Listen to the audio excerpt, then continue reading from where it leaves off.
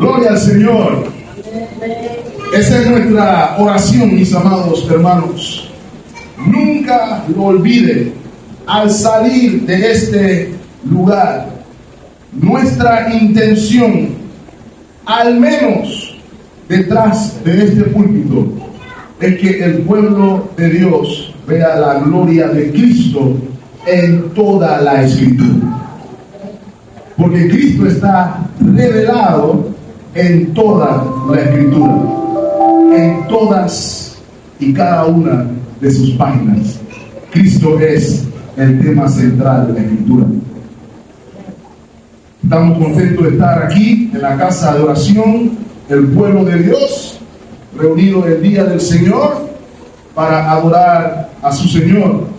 Y damos las gracias a Dios por cada uno de los hermanos aquí presentes, los que nos visitan y los que acostumbran a estar aquí entre nosotros. Da gusto ver al hermano Raimundo, está un poquito manco, pero está aquí por el favor del Señor. Damos gracias a Dios porque haya podido salir airoso de ese pequeño accidente. Como se dieron cuenta, mis amados hermanos, vamos a continuar nuestra serie a lo largo del libro de Éxodo.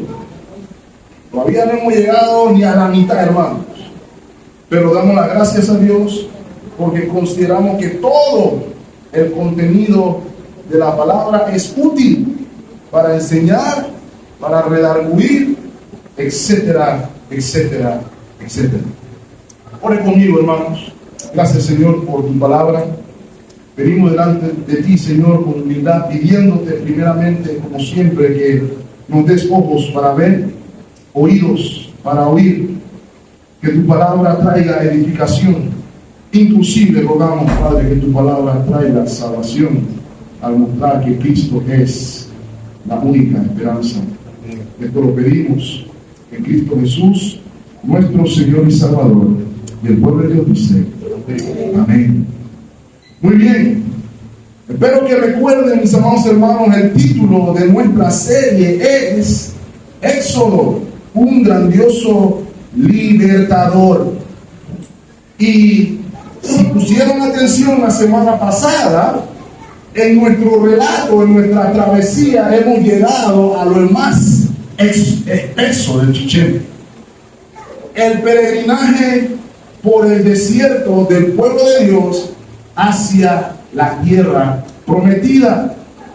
Este peregrinaje, mis amados hermanos, no parece a primera instancia tan emocionante como la persecución y la cantadera del caballo, el jinete y todo lo que pasó en Egipto.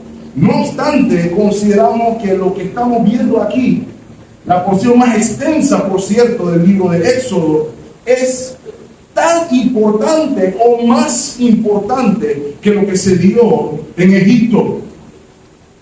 Nos dimos cuenta que este peregrinaje no es común, es contrario a lo que usted y yo normalmente haríamos, porque el Señor no guía a su pueblo por la ruta más directa, el Señor no guía a su pueblo por la ruta más corta, el Señor no guía a su pueblo por la ruta más fácil, sino que parece todo lo contrario.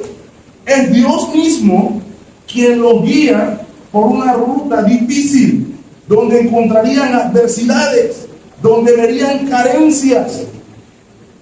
Y puede que surja la pregunta: ¿por qué Dios hace algo así? Parece todo lo contrario a lo que uno esperaría.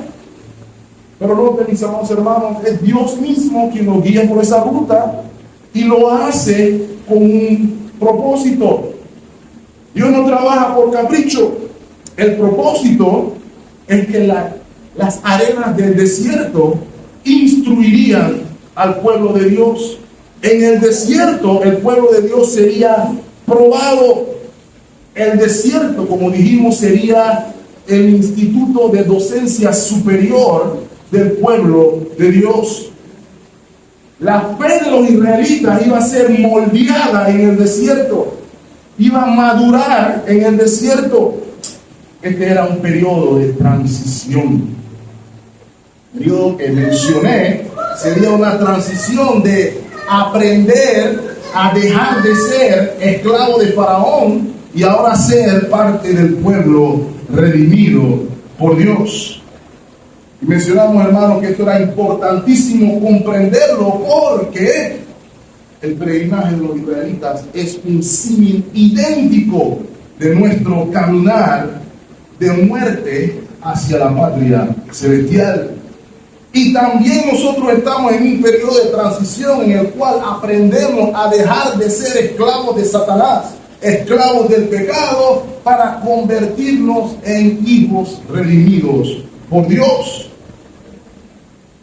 Vamos a aprender en el desierto lo que significa no pertenecerle a Satanás, pero pertenecerle a Dios. Vamos a aprender en el desierto lo que implica vivir por fe y no por vista. Y vamos a aprender lo que significa una fe que madura en el desierto. No me voy a aburrir de decirlo, hermanos. La voluntad del Señor no es necesariamente que usted y yo estemos cómodos como nos gustaría estar. La voluntad del Señor es nuestra santificación, dice 1 Tesalonicenses 4:3. La voluntad de Dios es hacernos conforme a la imagen de su Hijo. Y Dios no va a parar hasta que eso se haga. Quitándome lo que me tenga que quitar, dándome lo que me tenga que dar, metiéndome en las circunstancias que me tenga que meter, porque la meta es ser como Cristo y nada más. Había un cantante gospel llamado Marvin Sapp. Él tiene varias canciones, pero una en particular me gusta. Se llama literalmente Nada más importa. Solamente importa Cristo. Solamente importa Cristo. Al final, todas las vicisitudes de la vida y todo lo que podamos estar sintiendo y viviendo son instrumentos para hacernos como Cristo. Y muchas veces perdemos ese enfoque y el peregrinaje en el desierto no lo recuerdan. El peregrinaje del pueblo de Dios, mis amados hermanos, tiene propósitos que son santificadores para la gloria de Dios. Y eso es lo que hemos visto desde Éxodo 13, gracias mi hermano.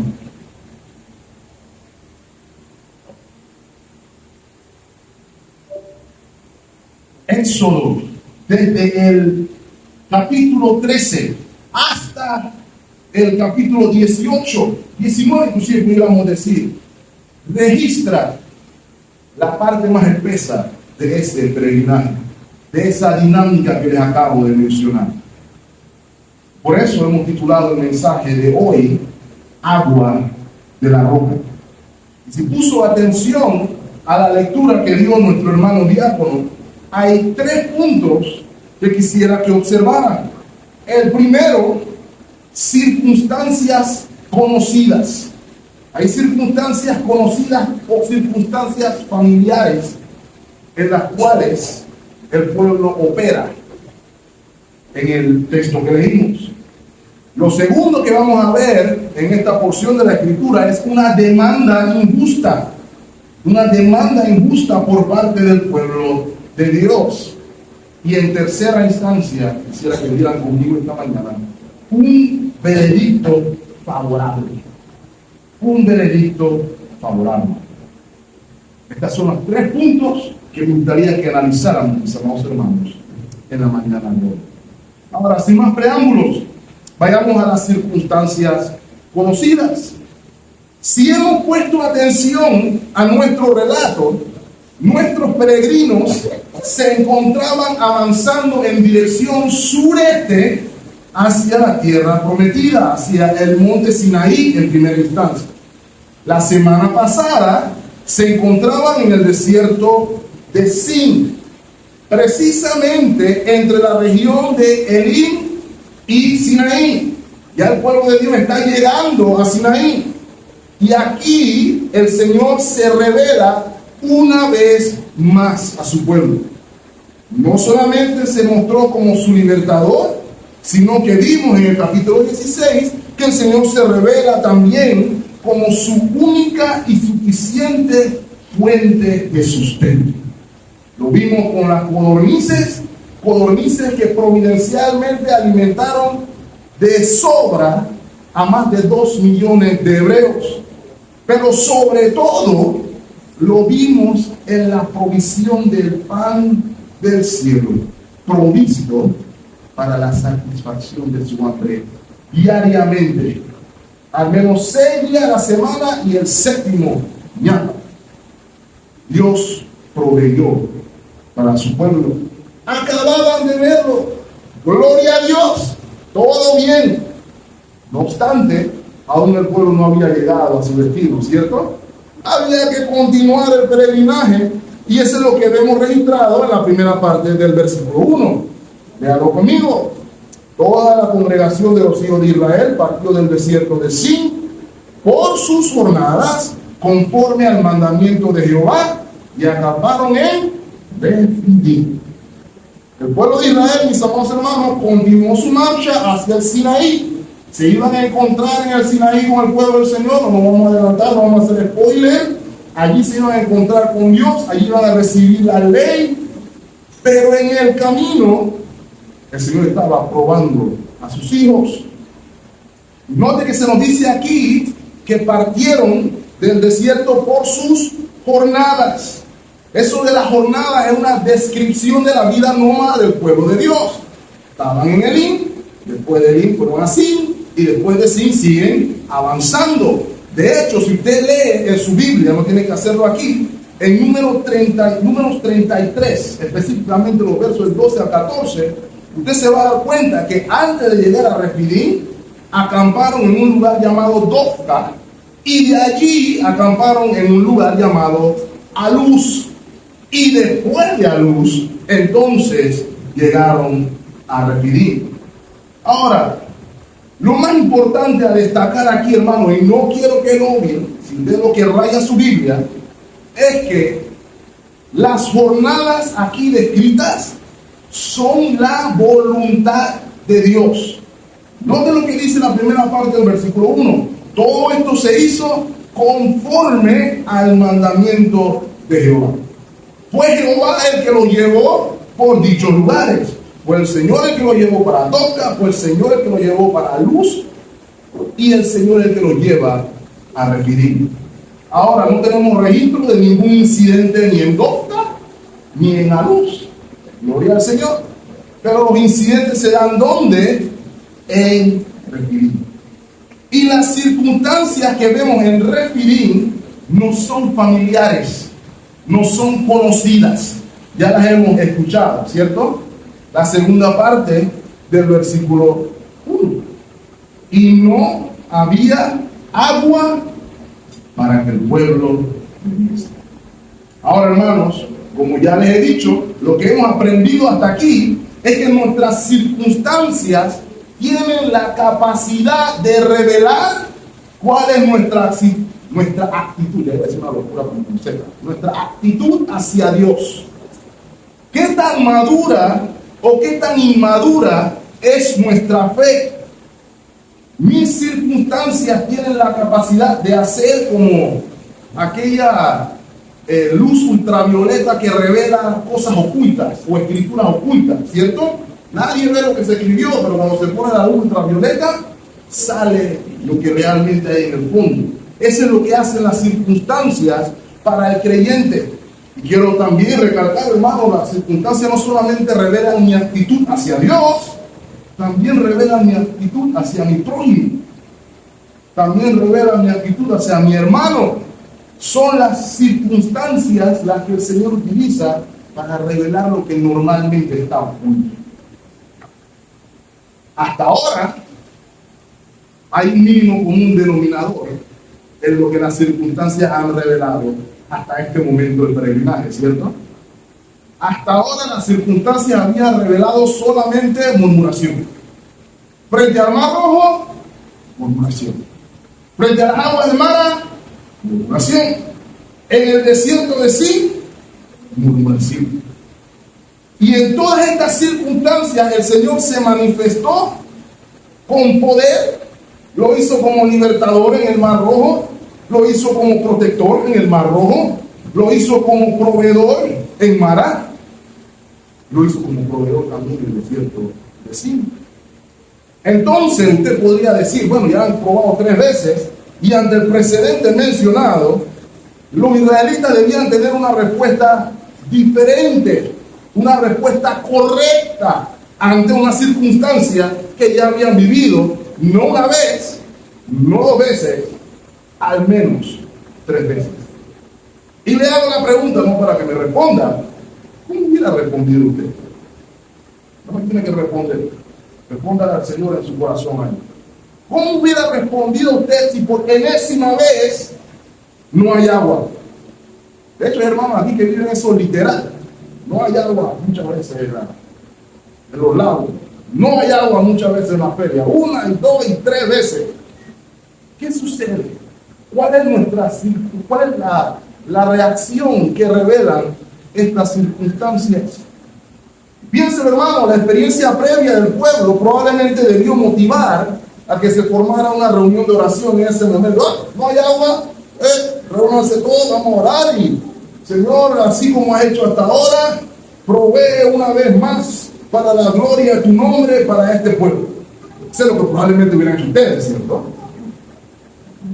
Pero la realidad es que hay una sobrecogedora familiaridad en el versículo 2.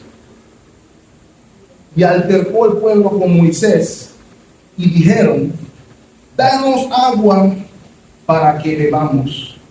Y Moisés les dijo, ¿por qué altercáis conmigo? ¿Por qué tentáis a Jehová? Si usted lo que subraya, le recomiendo que subraye ahí. Pero permítanme notar algo. No solamente hubo murmuración, como el versículo 3 nos señala, sino que aquí observamos ahora que la murmuración se elevó en intensidad, producto del descontento. Se elevó a un punto de aumento dramático.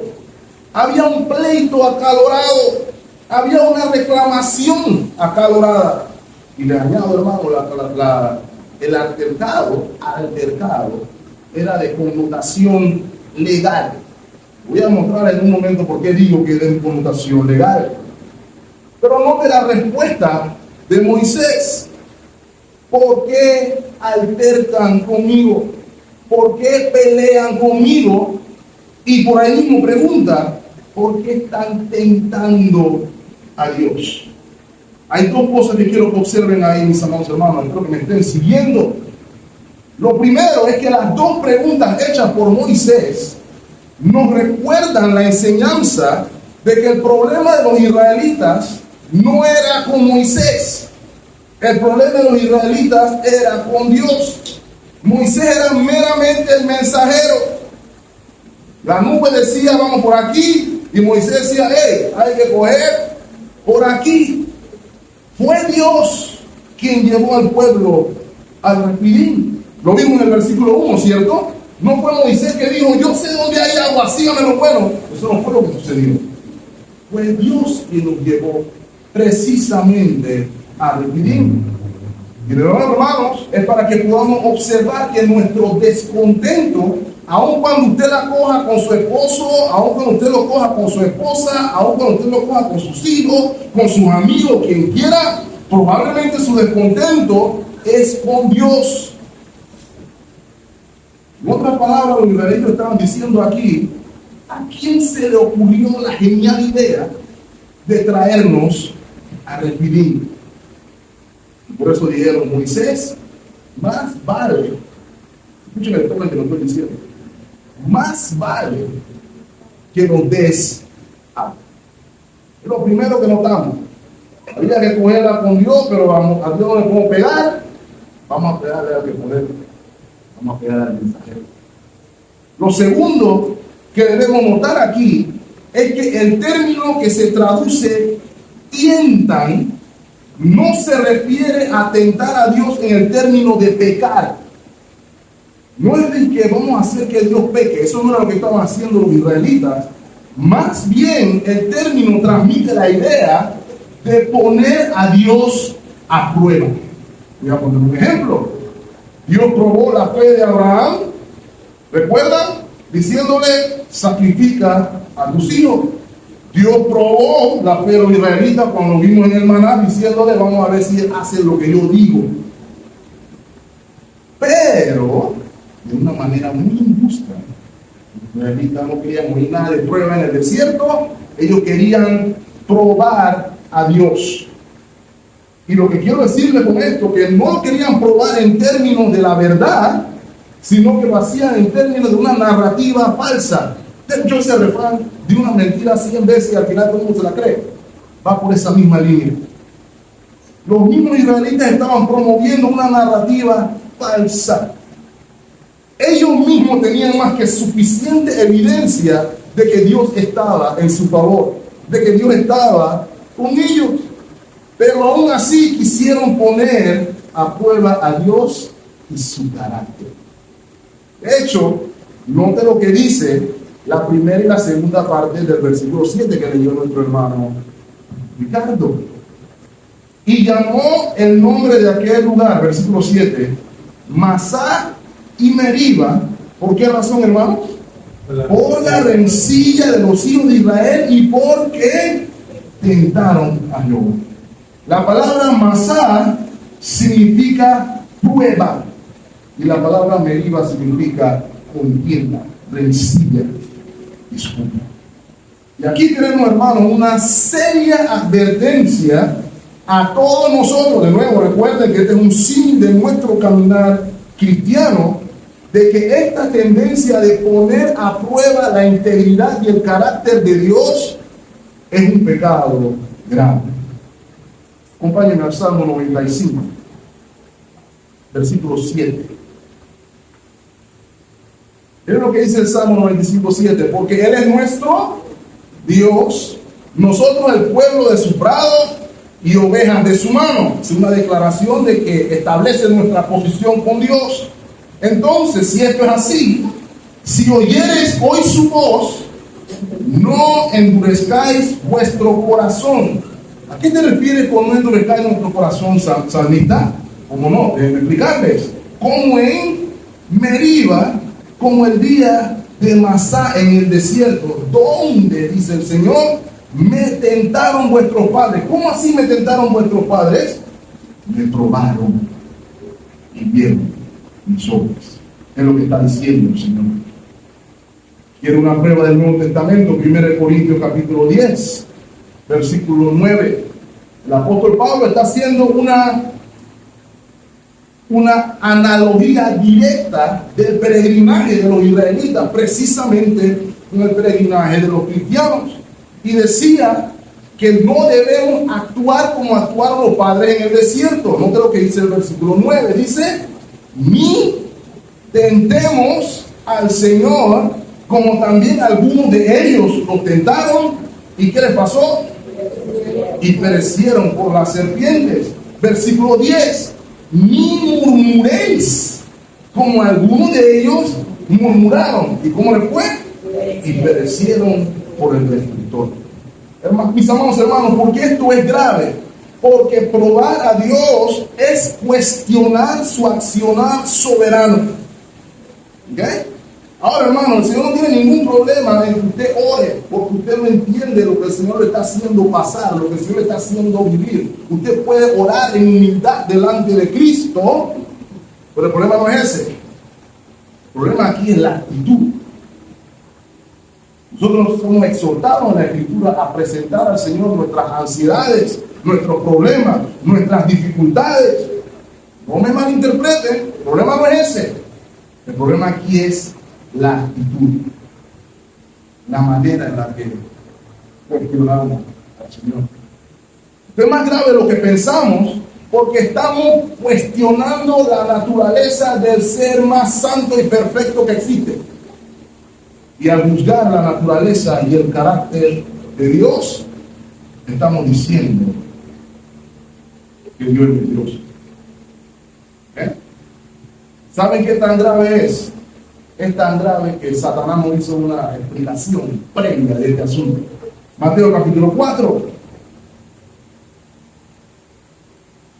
Mateo capítulo 4, versículo 6. Lo conocemos, ¿no? La segunda tentación que registra Mateo.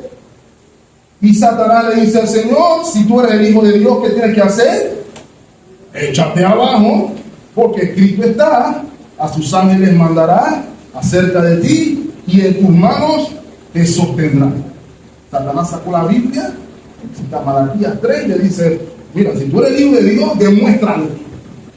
Tírate ahí abajo. Si tú eres el Hijo de Dios y si tú confías en Dios, el Señor te va a recoger, porque dice la palabra eso mismo. Pero no, mis amados hermanos, el Señor no le dice, está bien, mira, esto ya es ridículo. Eso no es lo que sucede allí. ¿Pudo haberlo hecho el Señor? Sí, pero no lo hizo. Y la lección aquí es que notemos por qué no lo hizo. Y el Señor también le responde con la Escritura. Sí, Malaquías le dice eso, pero Deuteronomio 6:16 dice, no tentarás al Señor tu Dios, no probarás al Señor tu Dios. No, hermano, Satanás sabía que él era el Hijo de Dios, ¿sí o no? Satanás lo sabía mejor que nadie. No obstante, él quiere que el Señor ponga a prueba la provisión de Dios. Y Satanás usa la Escritura para hacerlo que lo haga. Pero mis amados hermanos, como ya les dije, el Señor identificó las intenciones de Satanás. Y él hizo ver a Satanás que el Señor tiene un problema explícito de tratar de ser manipulado por las criaturas. El punto aquí es el siguiente: tanto Israel como Jesús, antes de exigir la protección milagrosa como prueba del cuidado de Dios, la actitud que debían haber tenido era la de confianza y obediencia. Punto. No exigir a Dios que hiciera show. Eso es lo que se nos está diciendo aquí. Por eso el Señor no hace el show. El Señor dice, no va a tentar al Señor tu Dios. Punto. Yo confío en el Señor, punto. El Señor hará lo que tenga que hacer en su momento conmigo. Mis amados hermanos, mi oración es que nosotros podamos comprender por la gracia lo que esto significa y que podamos ser imitadores de Cristo. El Señor nos ayuda a ser imitadores de Cristo, lo cual me lleva entonces a la dificultad del problema aquí. El problema es que hay una demanda injusta. Eso es lo que mencioné como segundo punto. Les dije hace un momento que el altercado tenía una connotación legal, tenía la connotación de un litigio penal. Noten, el desierto era un lugar de prueba. ¿Para quién? ¿Para Dios? No. El desierto era un lugar de prueba para los israelitas. El desierto iba a revelar lo que había en su corazón. Y el pueblo iba a poder ver si realmente su confianza estaba en Dios o no. Si dependían de su provisión o no. Pero el pueblo no quería ser probado. El pueblo quería presentar una acusación. El pueblo quería acusar a Dios de no cumplir su palabra. No solamente murmuraron, mis amados hermanos, sino que pusieron en tela de duda la virtud de su Dios. Dios no está cumpliendo su promesa. Dios está mintiéndonos. Como ya les mencioné, como a Dios no se le puede condenar, como a Dios no se le puede ejecutar, la vamos a poner con su siervo. ¿Cómo sé que es algo legal? Miren el versículo 4, lo salté a propósito. Entonces clamó Moisés a Jehová diciendo, ¿qué haré con este pueblo? Noten lo que sigue aquí. De aquí a un poco, ¿qué van a hacer? Para los que no saben, hermanos, el apedreamiento en tiempos bíblicos era el equivalente a la silla eléctrica de la época. Ya no hay silla eléctrica, porque ahora te dan la inyección letal y termina con ese un momentito. Pero era una pena capital. Era una pena capital. El punto era el siguiente: si Dios nos va a matar en el desierto, vamos a llevarnos a Moisés primero. ¿Ok? Note lo que dice el versículo 5 también. Jehová dijo a Moisés, pasa delante del pueblo y toma contigo de los ancianos de Israel, noten eso ahí, y toma también en tu mano, noten eso ahí también, la vara con la que golpeaste el río y ve. ¿Qué quiero señalar en el versículo 5, mis amados hermanos? Los ancianos en la cultura hebrea cumplían funciones judiciales de dirimir asuntos civiles entre el pueblo. Por ende, debemos decir, vemos intenciones del pueblo de acusar y juzgar a Dios, y Dios responde en términos de juicio. Voy a llevar a mi testigo. Moisés lleva a los ancianos para la corte, pudiéramos parafrasear. ¿Ok? Ahora, ¿cuál es la demanda? Hay tres elementos de la demanda. Nótelo conmigo. El primer elemento lo vimos rapidito y tempranito en el versículo 2. Damos agua para que bebamos. Hermano pastor, ¿cómo que eso es un asunto de demanda? Y el problema no es lo que están diciendo, el problema es cómo lo están diciendo. El punto aquí es, como Dios los llevó a un lugar sin agua, demandaron al Señor que les diera agua. No lo pidieron en humildad o no esperaron la provisión del Señor, porque ¿sabe qué, hermano? A veces también hay que esperar la provisión del Señor. Esperar también puede ser un acto de fe. Eso no fue lo que hicieron. Ellos demandaron la provisión en sus términos y no en los términos divinos. ¿Me dan el agua allá? O yo no sé qué es lo que va a pasar aquí. Como hacen la huelga aquí algunos sindicatos. ¿Queremos agua o vamos a cerrar la calle? ¿Damos agua o vamos a echarle los chécheres? O nos damos luz, le vamos a echar los chécheres a esa? ¿Ok? Eso usted lo puede hacer con el gobierno, hermano. Pero si usted lo está haciendo con Dios, hay un ligero problema. Y voy a explicar en un momento por qué. El segundo elemento de la demanda lo vemos en el versículo 3, que también no habíamos saltado. Léalo conmigo. Así que el pueblo tuvo allí sed. ¿Y qué hizo? Murmuró contra Moisés. ¿Cuál era la murmuración? Y dijo: ¿por qué nos hiciste subir de Egipto para matarnos de sed a nosotros, a nuestros hijos y a nuestros ganados? ¿Saben qué estaban haciendo los israelitas ahí, hermanos?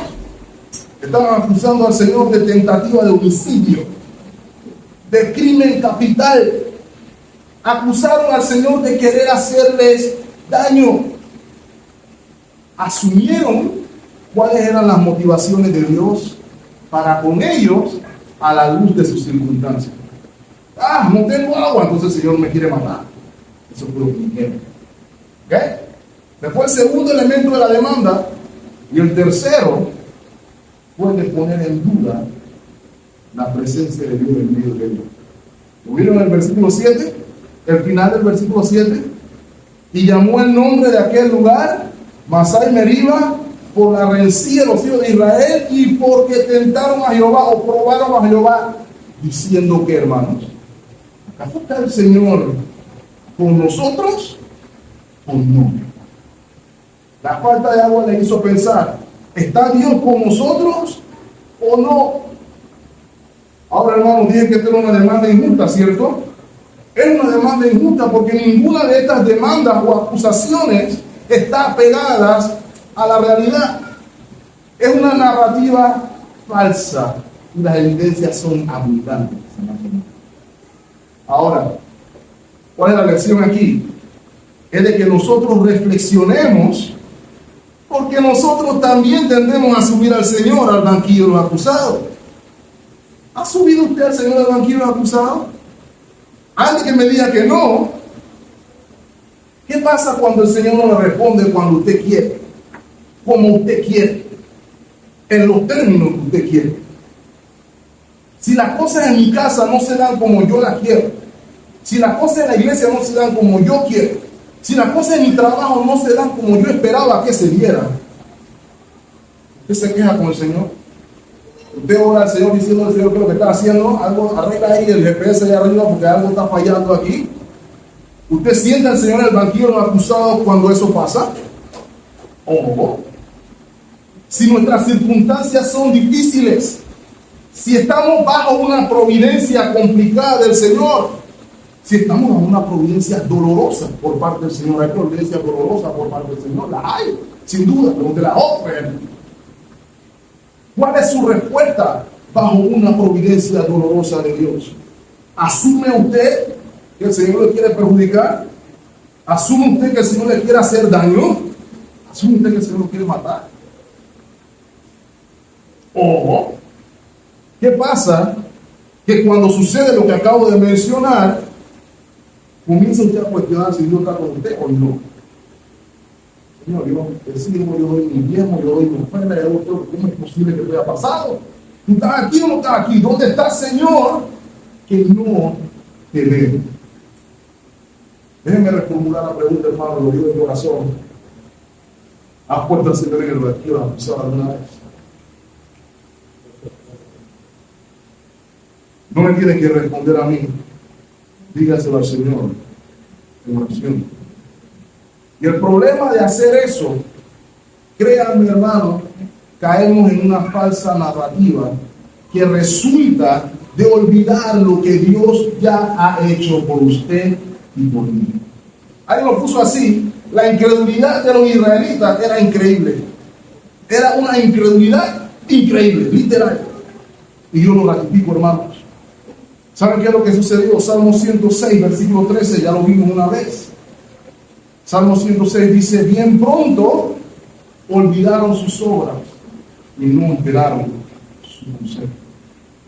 Se olvidaron de qué fue lo que Dios hizo con ellos. Se olvidaron de lo que Dios hizo con ellos en el desierto de Sin. Se olvidaron de lo que Dios hizo por ellos en las aguas de Mara. Se olvidaron de lo que Dios hizo por ellos frente al Mar Rojo. Se olvidaron de lo que Dios hizo por ellos en Egipto. Se olvidaron de lo que Dios hizo por ellos cuando llegó Moisés. Se olvidaron de todo lo que Dios hizo y comenzaron a correr narrativas que no eran ciertas. Mis amados hermanos, si usted y yo queremos librarnos del altercado con Dios, de la murmuración, de sentar a Dios en la silla de los acusados, es nuestro deber recordar lo que Dios ya ha hecho por usted y por mí en Cristo. Salmo 46, 1 y 2, algunos lo sabemos en memoria, lo recitamos, pero nos olvidamos. Dios es nuestro amparo y fortaleza, nuestro pronto auxilio en las tribulaciones. Por tanto, nunca se olvide por tanto no temeremos, aunque la tierra sea removida y se traspasen los montes al corazón del mar. Nunca el que oye el siguiente, hermano, si recordáramos con más regularidad que Dios nos ampara y nuestra fortaleza, no pondríamos al Señor en la silla de los acusados. Recordar esto, mis amados hermanos, guardará nuestro corazón, tanto de la murmuración y del altercado y de la contienda con Dios. Recuerdo que cantamos, cuando cantamos Contempla a Dios. ¿Quién cuestiona? ¿Quién osa cuestionar lo que el Señor ha dicho? ¿Quién puede decir al consejo? Yo te voy a decir cómo se tiene. ¿Quién puede dar consejo al Señor, hermano? ¿Quién puede decir al Señor: déjame enseñarte, Dios, cómo se salva a un pueblo? Yo lo voy a hacer. Levante la mano y le puedo decir al Señor. Probablemente aquí me lo va a hacer, pero yo invito a pastores a hacerlo. Hay gente dando testimonio de que ellos le dicen a Dios qué es lo que tiene que hacer. Y lo dicen tan ancho y pancho. Nunca se me olvida el testimonio que leí de un pastor, lo vi en video decir: hermano, el Señor le preguntó mi opinión sobre el tema. Y yo le respondí al Señor: ¿estás seguro que tú quieres mi opinión? Él dice que está hablando con Dios en esos términos, hermano. Y hay gente que cree ese tipo de argumentación, hermanos. Nadie puede hablar con términos semejantes a Dios. Ese Señor no es omnisciente, hermano. Ese Señor no es omnipresente tampoco. Nadie le puede decir al Señor que lo está haciendo mal. Y eso lo incluye a usted. Yo tampoco se lo puedo decir. Cuando yo digo que Dios está haciendo algo mal, el que está haciendo algo mal soy yo. Así de sencillo, no se puede adornar de esta manera. Por eso quiero recordar a la iglesia, hermano, no nos corresponde a nosotros llevar a Dios a juicio.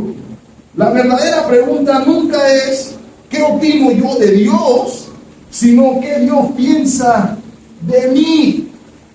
No se trata de que no de un veredicto de Dios, sino de que cuál sea el veredicto de Dios hacia mí. ¿Qué es lo que Dios dice de mí? Esa es la pregunta que importa. Porque si usted le pregunta, ¿qué opina usted? Ah, bueno, yo soy lo máximo.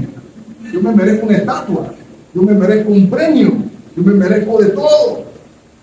Pues si yo le pregunto a Dios, ¿qué opina Él de mí? Esa no va a ser la respuesta. ¿Sabe cuál va a ser la respuesta? Tú eres un pecador en necesidad de gracia. No, pero Señor, yo hago buenas obras, yo ayudo a la gente a cruzar la calle. Todas tus obras de justicia son como trapo de inmundicia delante de ti. No, pero si yo le di $10 a un hermano la vez pasada, y el único bueno es Él.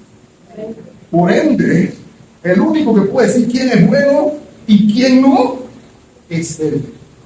Y al único que era declarado bueno, Cristo. A Él fue el único del que el Señor dijo, este es mi hijo amado, en quien tengo complacencia. Él amado. Eso es lo que la Escritura dice. Por ende, mi hermano, cuando yo voy al trono de gracia a hablar con el Señor, cuidado de no hacerlo de un espíritu de contienda. Miren lo que dice Hebreos 3:12. Hebreos 3:12 toca el mismo tema de Masá y Meriba. Y la exhortación del autor de Hebreos es: mirad, hermanos, que no haya en ninguno de vosotros corazón malo de incredulidad para apartarse del Dios vivo. La advertencia que hace la Escritura, no, yo creo que es severa. Nosotros lo decimos con normalidad. Sí, yo llamé al Señor y yo le pregunté: Señor, ¿qué es lo que pasa? ¿Cómo es posible? Cuidado de que nos encontremos con un corazón malo en su vida. Que me encuentre pensando: no, Dios no me quiere ayudar con mi pecado. Dios me está viendo aquí pasando el Niágara en bicicleta y Él me está viendo sufriendo aquí en la lucha y Él no me quiere ayudar. Cuidado. No, que Dios sabe que me falta esto y Él está viendo que me falta y no me quiere dar lo que me falta. Cuidado. Eso es lo que se me está diciendo. Que me lleva al tercer y último punto, hermano. La mejor parte un veredicto favorable. La pregunta que compete hasta aquí hacerlo, mis amados hermanos, es: ¿cómo debe responder Dios a la acusación de su pueblo? Hermano, yo pensé por un momento, mientras me preparaba para este mensaje, ¿cómo el Señor pudo haber respondido santa y justamente ante las acusaciones del pueblo de Israel? El Señor pudo haber respondido santa y justamente y hacer así. Se acabó ya se acabó la vida. Esa hubiera sido una respuesta santa y justa y nadie pudo haber dicho que no. La prueba está, que vamos a ver más adelante, cuando están en Sinaí, el Señor está escribiendo la ley ahí arriba. Y entonces el Señor dice: vas a tener que bajar. Vas a tener que bajar porque allá está formando un bacanal y tú no puedes ser. Pero ustedes recuerdan la palabra del Señor, dice: vamos a hacer algo, quítate y déjame resolver el problema. Yo voy a exterminar todo el mundo aquí y voy a comenzar de nuevo contigo. Si el Señor hace eso, ¿es justo o injusto? Le pregunto yo, hermano. El Señor pudo haber hecho eso, pero el Señor también obra a través de los medios de gracia. Y Moisés ora en intercesión: Señor, yo sé que tú puedes hacer todo eso, pero piensa lo que van a decir las personas cuando vean que los sacaste de Egipto para ver. Déjalo aquí. Y hubo una oración intercesora, pero el Señor estaba en toda justicia, le decía que aquí llegamos, porque su pacto fue violado. Eso es lo que usted podía esperar aquí, pero eso no es lo que sucede aquí. ¿Se dieron cuenta, hermano? Miren lo que dice el versículo 4, de nuevo. Entonces clamó Moisés a Jehová diciendo: ¿qué haré con este pueblo? De aquí a un poco me van a pelear. El único que actuó con coherencia dentro de todo fue Moisés, porque Moisés clamó al Señor. No obstante, algunos teólogos notan aquí, y yo estoy totalmente de acuerdo, que aquí se ven los fundamentos del problema que se da algunos años después, que le cuesta a Moisés la entrada a la tierra prometida. En este caso no se da ese incidente se da después, pero aquí se va viendo ya el fundamento. Aquí se nota la tremenda presión que estaba viviendo Moisés. Algunos inclusive ven que hay queja de Moisés aquí, quejándose de la dificultad del ministerio. Señor, ¿qué vamos a hacer con esta gente? ¿Hasta cuándo con esta gente? Yo no pedí trabajo, Señor. Yo estaba tranquilo con mi oveja ayer, con Labán, mi suegro, tranquilo, y tú me llamaste, y tú me dijiste.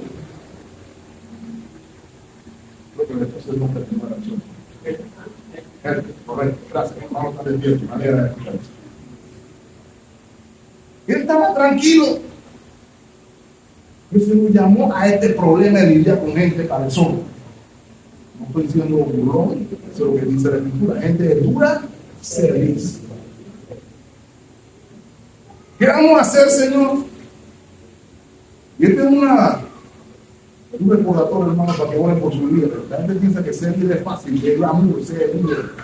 Yo tengo el privilegio de dar órdenes y decirle a la gente que tiene que hacer. Eso no es ser líder. Nadie quisiera cambiar el puesto con Moisés. ¿Quién de ustedes por $1 millón cogería el trabajo a Moisés? Nadie dice yo, por $1 millón. Míralo desde esa perspectiva. No es tan glamuroso como la gente piensa. No se dejen engañar porque ven a algunos que pareciera que estuvieran viviendo en farándula y moda. El servicio al Señor nunca es glamuroso. La recompensa es del Señor. Amén. Pero note la respuesta del Señor en el versículo 5. Jehová dijo a Moisés: pasa delante del pueblo y toma contigo de los ancianos de Israel, y toma también en tu mano tu vara con que golpeaste el río, y he aquí yo estaré delante de ti, allí sobre la peña en Horeb, y golpearás la peña, y saldrán de ellas aguas, y beberá el pueblo. Y Moisés lo hizo así en presencia de los ancianos de Israel. Note algo. Primero, la vara. Note lo que se dice la vara. Usa la vara y golpea la peña. Pero note que se nos dice que así como usaste la vara para golpear el río, golpea la peña. Sabemos que la vara es símbolo del poder de Dios, sin duda. Pero cuando la vara golpeó el río Nilo, que es el río que se está haciendo mención aquí, ese era un acto judicial, ese era un acto de juicio delante de Dios, porque al golpear el agua del río se iba a volver sangre, si puso atención, ¿recuerdan? Entonces, la vara también es un instrumento de juicio. Con la vara que se hirió el río Nilo, se iba a herir o golpear la peña en Horeb, y de allí iba a brotar agua para el pueblo. Noten, hermano, que en ese momento, al herir la peña, al golpear la peña, el Señor eliminó todas las circunstancias que daban origen al conflicto, porque salió agua abundante. Algunos se ponen a hacer lo que ya les he dicho, ¿no? Tiene que ser que golpeó por un pedazo que estaba flojo y entonces comenzó a salir un poco de agua. No caía en eso, hermano, hay un milagro de Dios. Golpeó la roca y salió abundante agua. Si usted busca una explicación natural, se va a perder la lección aquí.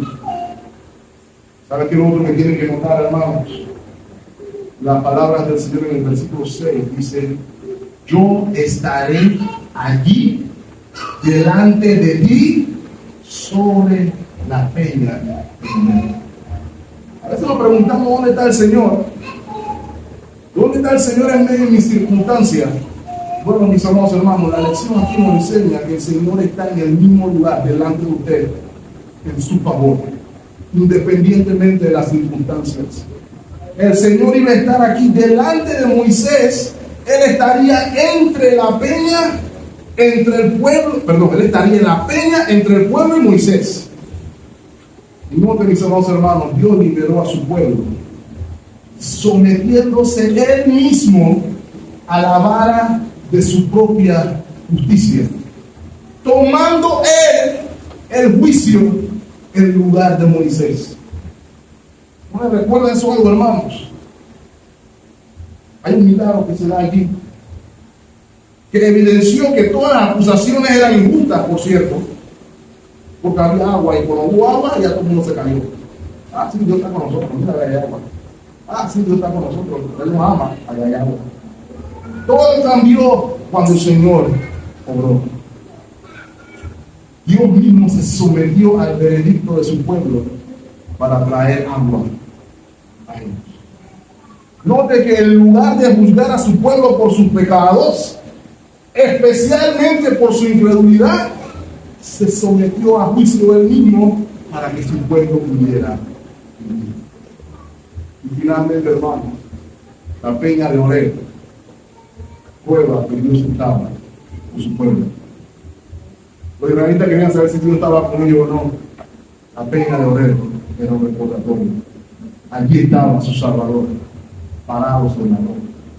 Eso es lo que está diciendo. No sabemos si era la nube la que estaba sobre la roca, no sabemos si era otro tipo de teofanía, pero Dios estaba allí.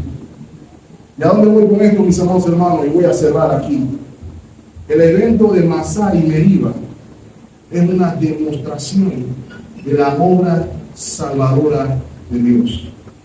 Dios se iba a someter al golpe de su propia justicia para que de él brotara vida para su pueblo. 1 Corintios capítulo 10. Esta historia es toda acerca de Cristo, según Pablo. 1 Corintios 10, versículo 1. Porque no quiero, mis amados hermanos, que ignoréis que nuestros padres todos estuvieron bajo la nube y todos pasaron por el mar. Todos se bautizaron en el mar Rojo y todos en Moisés fueron bautizados en la nube y en el mar. Precisamente eso. Note lo que dice el versículo 3. Y todos comieron el mismo alimento espiritual. ¿A qué alimento espiritual se está refiriendo ahí, mis amados hermanos? Al pan del cielo. Pero no termina ahí, ¿verdad? Versículo 4. Y todos bebieron la misma bebida espiritual, porque bebían de la roca espiritual que los seguía, y la roca era ¿quién, hermanos? Cristo. Cristo es la roca que fue herida por la justicia de Dios en su lugar y el mío. Isaías 53, versículo 5.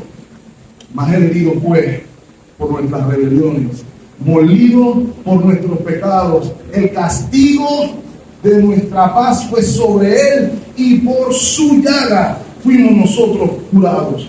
Todos nosotros nos descarriamos como ovejas, todos. Cada cual se apartó por su camino, mas Jehová cargó en él el pecado de todos nosotros.